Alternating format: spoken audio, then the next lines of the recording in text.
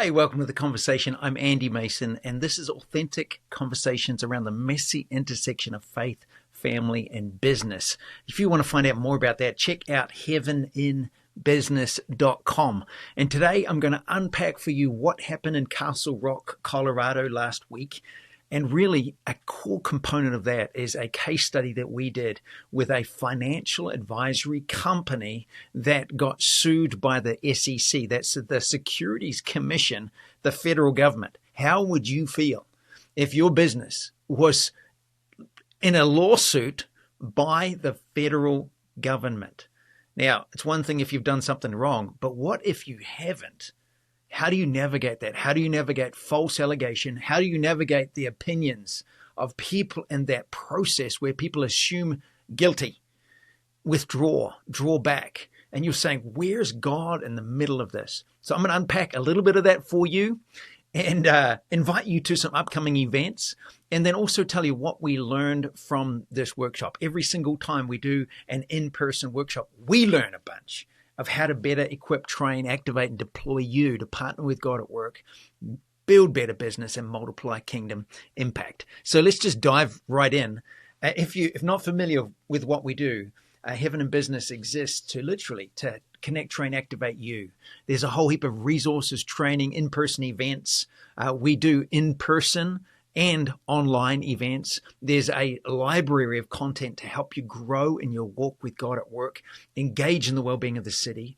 And there's so many other resources, training, opportunities. Some of those opportunities right now you can see on heaveninbusiness.com/events. There's upcoming workshops in Largo, Florida. If you're in there or around there, there is one coming up in Billings, Montana in November. We're going to be in Europe in October. So you can just check out heaveninbusiness.com/events and see what's coming up. And if you want something special, it's actually our favorite kind of activity or in-person event. It's executive retreats. We do adventure retreats, spiritual retreats, kind of strategic by nature, and also marriage retreats. What we've recognized is we've been married 27 years this year, and that's pretty cool. And it's been ups and downs and learning. And we've gotten to know Cheryl Wilder as one of our close family friend. Literally one conversation with her was a turning point in our marriage. It's like light bulbs come on and helped so much. And we know that you are a very busy business person. You're a leader in your environment, whether that's business, whatever kind of leadership. You are busy and time is so valuable. So we're helping you. We are flying Cheryl to Cancun, Mexico next year for a 4-night, 3-day, all expenses included retreat. If that sounds like something that you want to do with limited to 14 couples, check out heaveninbusiness.com/events or contact us if you want to know more. That will invest in you, in your marriage. Upgrades is what we're talking about. So let's just dive into last week. We did an event with Sarah and David Miles in Castle Rock, Colorado. They've got a technology company there, and David does work with men, and he works in another technology company, and there's a whole heap of fun things going on in that area. Well, we were there 3 years ago, and there's a wonderful church called Plum Creek Church, few thousand people, wonderful leaders. 3 years ago, we got to, just by their favor and grace, we got to use their facilities. You know, that's great. This time, it wasn't just using the facilities. It was in partnership. 4 of their senior leaders came along to the workshop, which, that was a little bit intimidating, but turned out to be a brilliant time. They loved it, got lit up, got encouraged, got personally ministered to, and is saying, this is great. What can we do next? So it was fantastic. What's the lesson?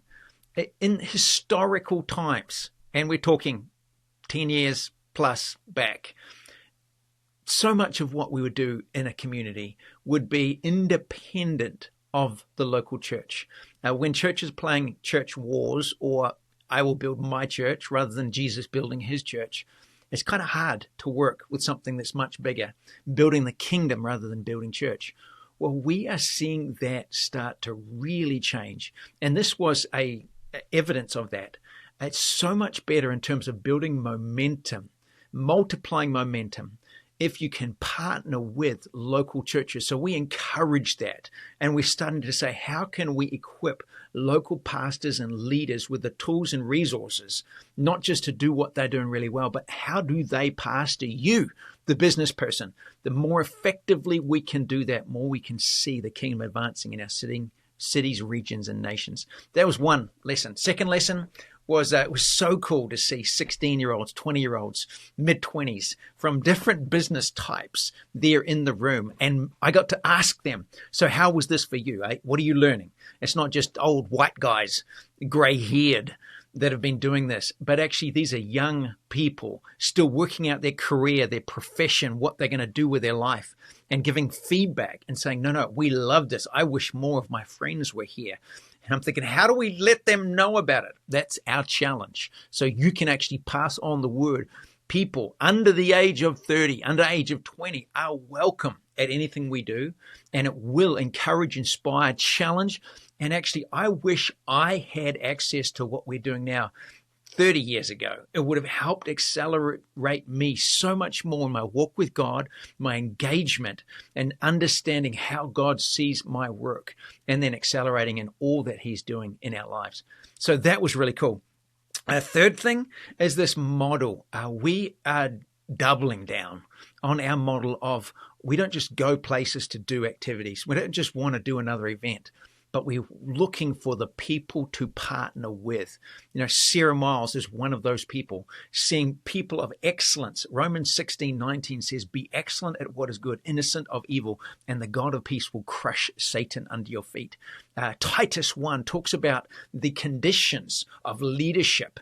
They're honorable. They have a healthy marriage, a healthy reputation in the community. They're given to hospitality. We look for those people. And then when Jesus sent the disciples out, He said, find a person of peace. That's where there's this exchange or flow of chemistry, of life, of capacity, of credibility, of character that you can recognize. It's not just one way, it's a two-way flow. And we're recognizing and identifying people like that we commit to walk with over time. And then we just say to them, what do you want to do and how can we get behind that? Well, this was one of the examples of that. And we're seeing that story, that strategy multiply. It's slower to start with, but rapidly accelerates over time. And we're starting to see that happen, not just in Castle Rock, but in Largo, Florida with Nate and Lindsay Goad. In Billings, Montana with a new friend, Danny. That's going to be fantastic. In Zimbabwe with Tommy and Rachel. In Germany with York and Tamara. In Switzerland with Marlon Hines. So many people that we're building a relationship with that are doing a great work that we can come alongside and say, how can we help accelerate what God has already placed in your heart with the character, the capacity, the calling, the credibility. And we want to check those things. But the most important thing, well, actually not the most important, but one of the key things is chemistry. Are we fun to be with? And I just want to say it's fun. It was fun to stay with Sarah and David, get to have time with them. Janine walked with them up a Castle Rock. I didn't. I'd pulled a calf muscle, which was a real bummer, but it's so much fun. So let's just dive into this workshop. What was that like? What did we learn? And for you, if you're walking through a situation where there is delay, this is what to do in the middle of that. So a little bit about the situation. If you're not familiar with it, in the United States, there's the IRS. That's a government organization that is all around taxation. It's got a lot of power as an organization. Well, the SEC is another organization with very similar power.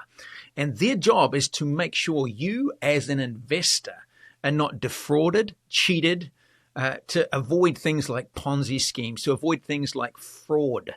That's their job, to protect you, the customer, and the client.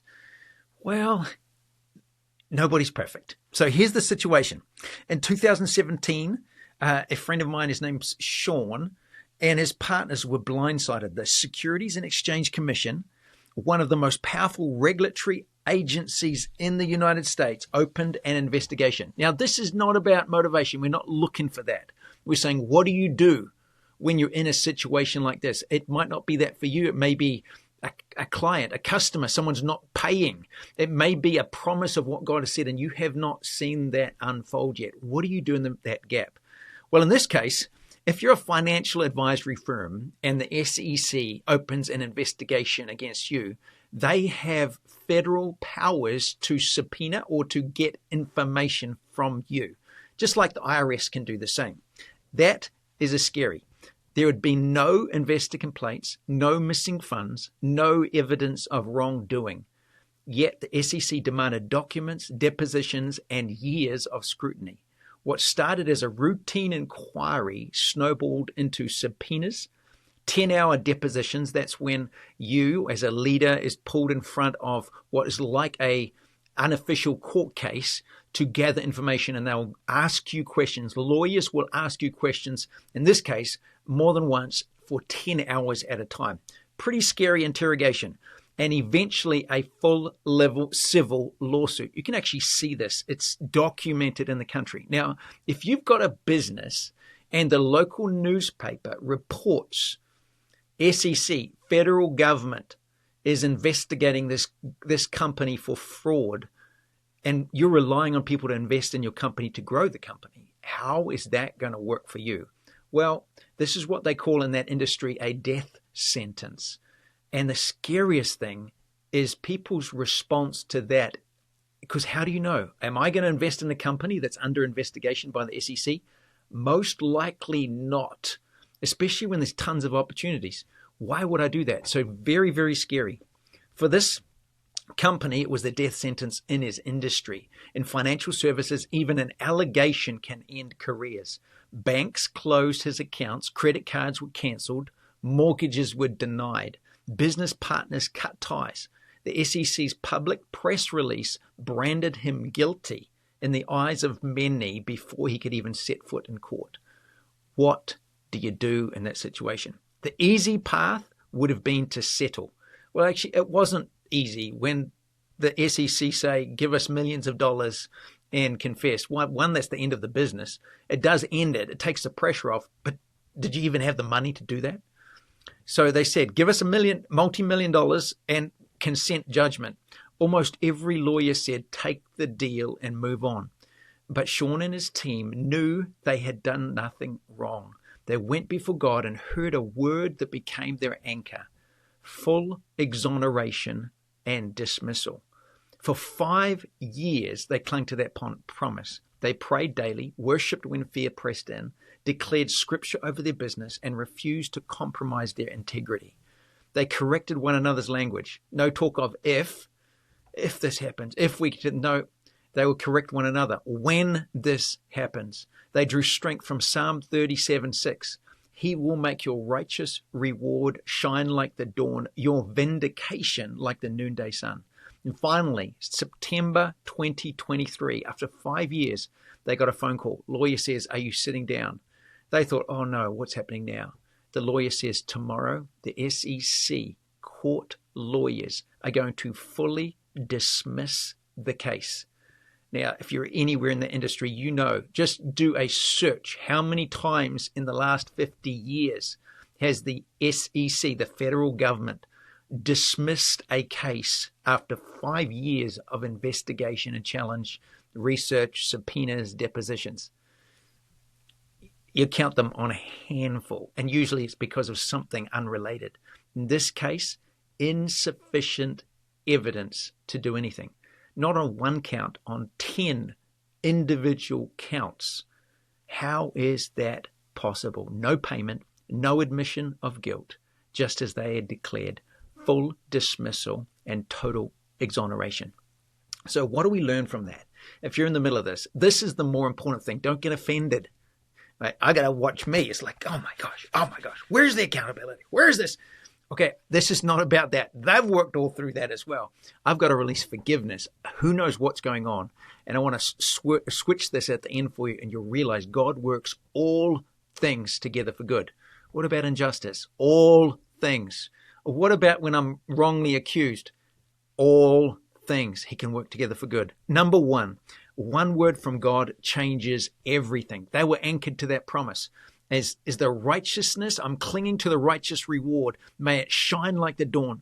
Let your vindication be like the noonday sun. That's Psalm 37:6. Their word was, when they heard God, they prayed. They heard God say, you will get full exoneration and dismissal. They refused nothing less than that. They kept coming back to God. Did we hear you right? Do we need to get a word? I remember meeting them at an executive retreat, not knowing what was going on, hearing some of the prophetic words, and then hearing what was going on in my eyes. Oh my gosh. How do you navigate that? Number one word from God changes everything. I have to live, Matthew 4:4, by what God has said, not by anything else. Number two, guard your hope and your words. It was amazing how they shared about when one of them would say, if on a bad day, oh man, if we ever get through this, and they would correct one another. No, it's not if, it's when. We have a word from God to stand on. And they held one another accountable to that. Hope spoken and declared builds faith. Language either fuels fear or reinforces faith. What you say, what comes out of your mouth is very, very important. Number three, integrity is non-negotiable. Integrity is non-negotiable. If you are a company and you're not paying attention to your accounting, your audits, if you're in the financial industry, auditing, the details are critically important. If they did not have up-to-date accounts, up-to-date cash flows, clear documents, agreements with customers and clients, if they did not have the right people and the right things in the right places, they are completely open and liable. Even if they're walking rightly, if they didn't have the paperwork, the integrity, not just in their heart, but their integrity of systems, they would have fallen over. I'm seeing this in places where people are growing and expanding. If they're not paying attention to the details will undermine you. They'll cause misunderstanding and confusion at the top level, but they can actually result in eradication or erosion of your company if you will not pay attention, not just to the integrity of heart, but the integrity of systems. Your accountant, your audit, your cash flow, your banking systems, the agreements that you've got with clients and customers. Write it down. Keep a record of those things. It's critical. Integrity is not negotiable. Settlement would have been easier, but it would have branded them falsely forever. By refusing compromise, their integrity was preserved. By having integrity in their systems, they could stand on that and say, sincerely and authentically with evidence, we have done nothing wrong. Number four, community sustains courage. Spouses, partners, mentors, and prophetic voices carried them through when their own strength ran low. You cannot endure this alone. Who are you walking with? Do you have experts around you? Some of the cool testimonies that came out of this is lawyers. They had very good lawyers. If you're going to go up against the federal government, you need to have good lawyers. But the lawyers weren't necessarily believers. And with time would say, no, you just need to settle. They're like, no, we refuse to. We have done nothing wrong. Actually, what we want you to do is counter offer to the government. Government saying, pay this money, settle. They say, no, counter offer. Here's our offer to you. We want, number one, a full dismissal. Number two, you pay our legal fees. Now, you'll see, documented. You can search this out. In March of 2023, they filed that counter offer and it was dismissed by the government, as in they said, not even listening to you. So, number five, trials don't block favor, even while under investigation. And so they're talking about, these accusations where you're saying you've got this investment and it's not worth that. You're misrepresenting the assets. Well, the opposite was true. They had specialists and experts verifying and validating the facts in this situation. So they were doing the due diligence and the necessary things, if not even more so now. During that time, there's an opportunity comes up to buy a gold mine. It's got millions and millions and millions of dollars of hard assets, and it went bankrupt. And they bought that for $1.8 million at auction. Even in the midst of hardship and adversity and difficulty, the favor of God still rings true and can help you move ahead. So, what do we learn from accusation to certification? Here's where I want to go with you. There's some practical things that you can do. If you're not doing the due diligence, if you're not doing the integrity, get onto it right now. Do whatever it takes to pause everything. Well, sometimes you can't. Do whatever's necessary to get your things in order. What happens if the presence and power of God floods you now and causes favor to increase? Will it destroy you? Will it prove actually what you've been doing for years has been fruitful and faithful and character gets strengthened? Could you endure for 5 years of this kind of thing?